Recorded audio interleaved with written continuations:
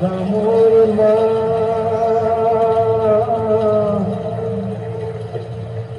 পাতা মোৰ মা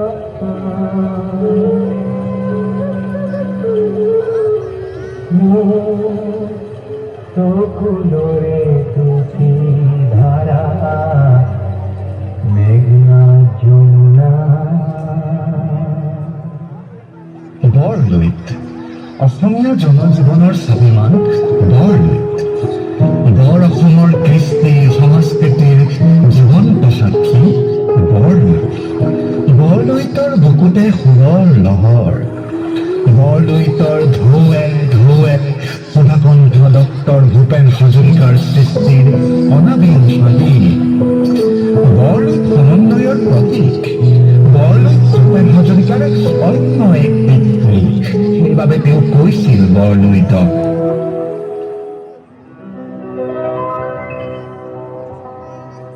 বিস্তীৰ্ণ পাৰৰে অসংখ্য জনৰে হাহাকাৰ শুনিও নিশব্দে নীৰৱে বুঢ়ালুই তুমি বুঢ়ালুই গোৱা কিয়। বিস্তীৰ্ণ পাৰৰে অসংখ্য জনৰে হাহাকাৰ শুনিও নিশব্দে নীৰৱে বুঢ়ালুই তুমি বুঢ়ালুই গোৱা কিয়।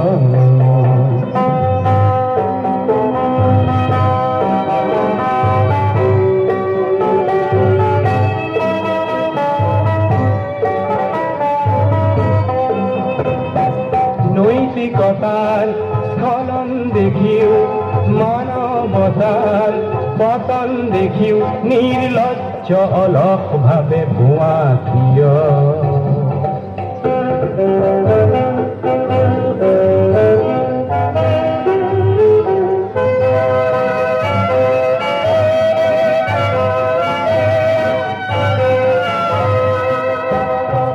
বিস্তীৰ্ণ পাৰৰে অসংখ্য জনৰে হাহাকাৰ শুনিও নিশব্দে নীৰৱে বুঢ়ালুই তুমি বুঢ়ালুই গোৱা কিয়।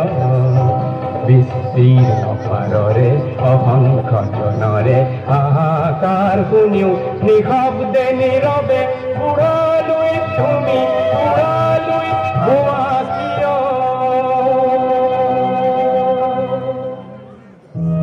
মহাবাহু ব্ৰহ্মপুত্ৰৰ বুকুতে তেওঁ বিচাৰিছিল সমন্বয়ৰ সুৰ। অসমত বসবাস কৰা প্ৰতিটো জাতি জনগোষ্ঠীৰ ঐক্য সম্প্ৰীতিৰে তেওঁ গঢ়িব বিচাৰিছিল চুকাফাই প্ৰতিষ্ঠা কৰা বৰঅসমৰ ভেটি। সেইবাবে ভূপেন হাজৰিকাই লিখিছিল মহাবাহু ব্ৰহ্মপুত্ৰ মহামিলনৰ মহাতীৰ্থ।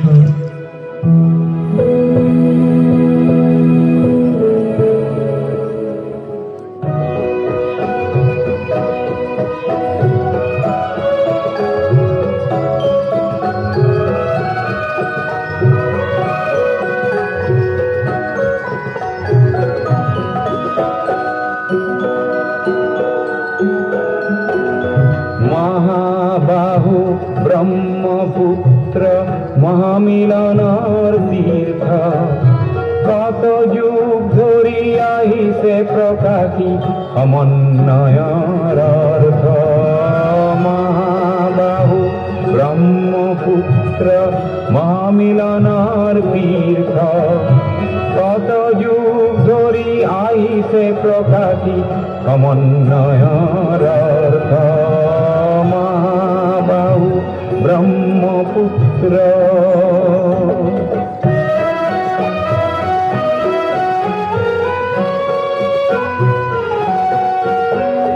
সুদূৰ কন্যাকুব্জৰে পৰা বৰভূঞা আহিছিলে সেই বংশতে শংকৰদেৱ ইয়াতে জনমিলে।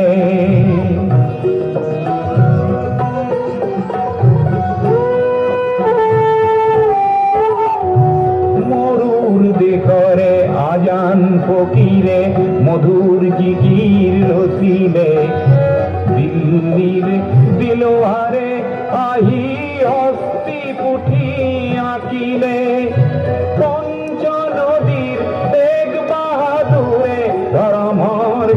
গঢ়িলে সমন্বয়ৰ দেখুৱালে কত প্ৰকাশ স্ফূৰ্ত মহাবাহু ব্ৰহ্মপুত্ৰ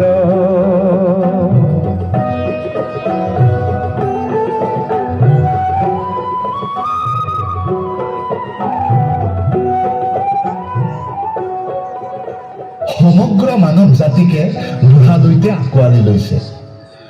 বুঢ়াদৈ যেন অসমীয়া সংস্কৃতিৰ প্ৰতীক।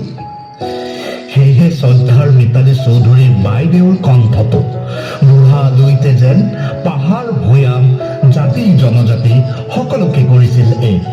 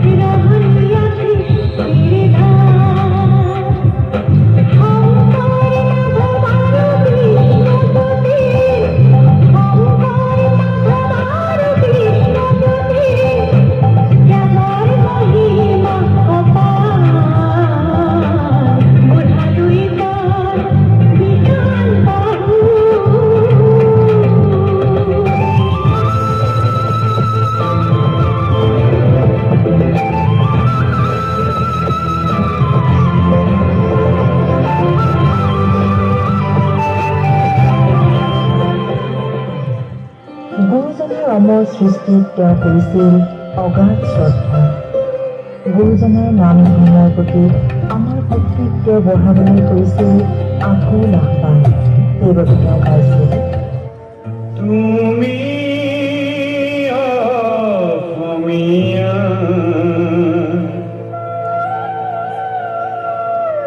তুমি বুজিলা তোমাৰে অতীতৰ অমিয়া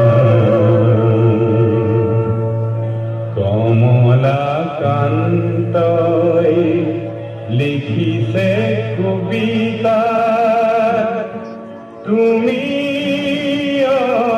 অসমীয়া তুমি বুজিলা তোমাৰে অতীতৰ অমিয়া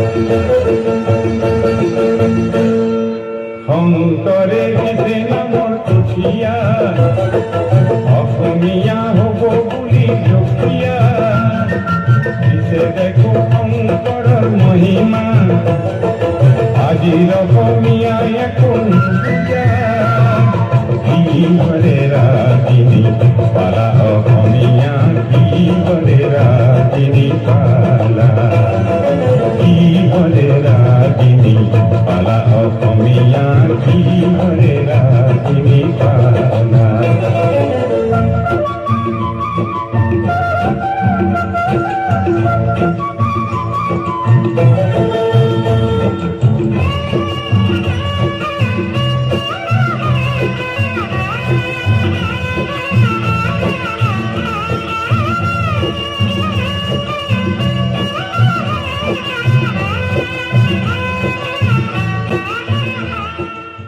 নিৰৱধিভাৱে বৈ থকা ব্ৰহ্মপুত্ৰ যেন তেওঁৰ আক্ষেপৰ ভেটি, যেন অভিমানৰ ঘৰ।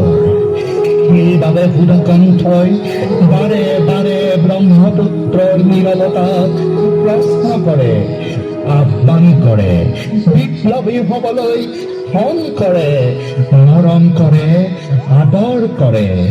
তথাপি ব্ৰহ্মপুত্ৰ নিজ গতিৰেই ধাৱমান, চিৰ চিনাকি গতিৰে ব্ৰহ্মপুত্ৰ বন্ধুমান।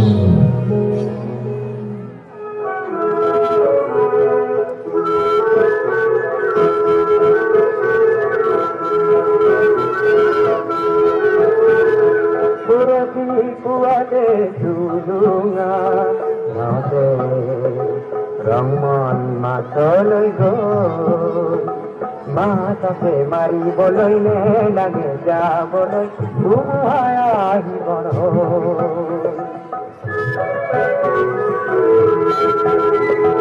কৰবাকেনে বাকাই ধৰি আনে ধৰিব হৈ যাব তেজৰে ধন। গধূলিৰে পৰতে ব্ৰহ্মপুত্ৰৰ মাজতে ৰংমন নাইকিয়া হ'ল। বৰদৈতৰ প্ৰতি সুধাকণ্ঠ ডক্টৰ ভূপেন হাজৰিকাৰ সৃষ্টিৰ যেন শেষ নাই। অসমীয়া জাতিৰ শৌৰ্য-বীৰ্যৰ যেনে জীৱন্ত দলিল এই বৰলুই। বৰলুইটোৰ পাৰতে মহাবীৰ লাচিত বৰফুকনে মোগলক বাৰে বাৰে পৰাজিত কৰি লিখিছিল সোণালী ইতিহাস। বৰলুইতৰ বুকুৱেদি নাৱেৰে যুঁজ কৰি বিশাল মোগল সেনাক কৰিছিল দিশহাৰা। অসমীয়া জাতীয় বীৰ লাচিত বৰফুকনক লৈ সেইবাবে সুধাকণ্ঠই লিখিছিল, মই লাচিতে কৈছোঁ।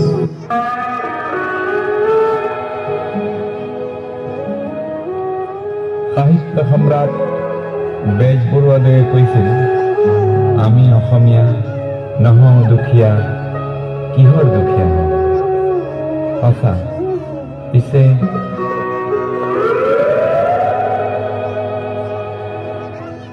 আমি অসমীয়া নহওঁ দুখীয়া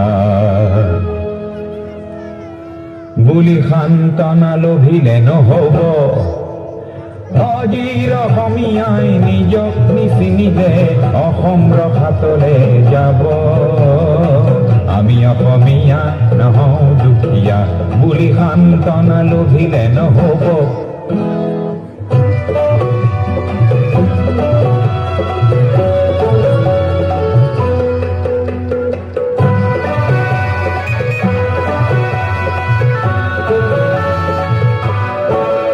নানা জাতি উপজাতি ৰহনীয়া কৃষ্টি আকোৱালি লৈ হৈছিল সৃষ্টি এই মোৰ অসম দেশ। বিভেদ পৰিহৰি নিজ হাতে শ্ৰম কৰি দেশক নগঢ়িলে এই দেশ হ'ব নিশেষ আৰু মনবোৰ ভাগি ছিগি যাব। আজিৰ অসমীয়াই নিজক নবচালে অসমতে মগনীয়া হ'ব। আমি অসমীয়া নহওঁ দুখীয়া বুলি সান্তনা লভিলে নহ'ব।